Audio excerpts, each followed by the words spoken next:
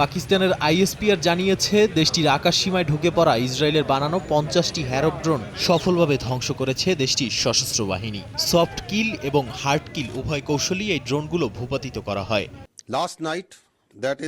ISPR এক বিবৃতিতে জানায় 6 থেকে 7 মের মধ্যে পাকিস্তানে ভারতের হামলার পর ভারতীয় বাহিনী হতাশায় এই ড্রোন হামলার আশ্রয় নিয়েছিল। ওই হামলায় ভারতের 5টি আধুনিক যুদ্ধবিমান, ড্রোন ও একাধিক পোস্ট ধ্বংস হয়।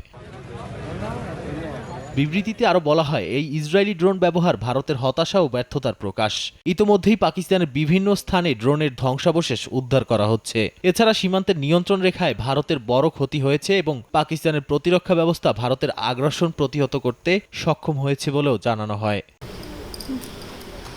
এদিকে চীনের যুদ্ধবিমান ভারত পাকিস্তান সংঘর্ষে জড়িত থাকার গুজব সম্পর্কে চীনের পররাষ্ট্র মন্ত্রণালয় জানিয়েছে এ বিষয়ে তারা অবগত নয়। বৃহস্পতিবার বেইজিংয়ে এক ব্রিফিংয়ে প্রশ্নের জবাবে চীনের পররাষ্ট্র মন্ত্রণালয়ের মুখপাত্র একথা জানান। নাদিম মারজান, সময় সংবাদ।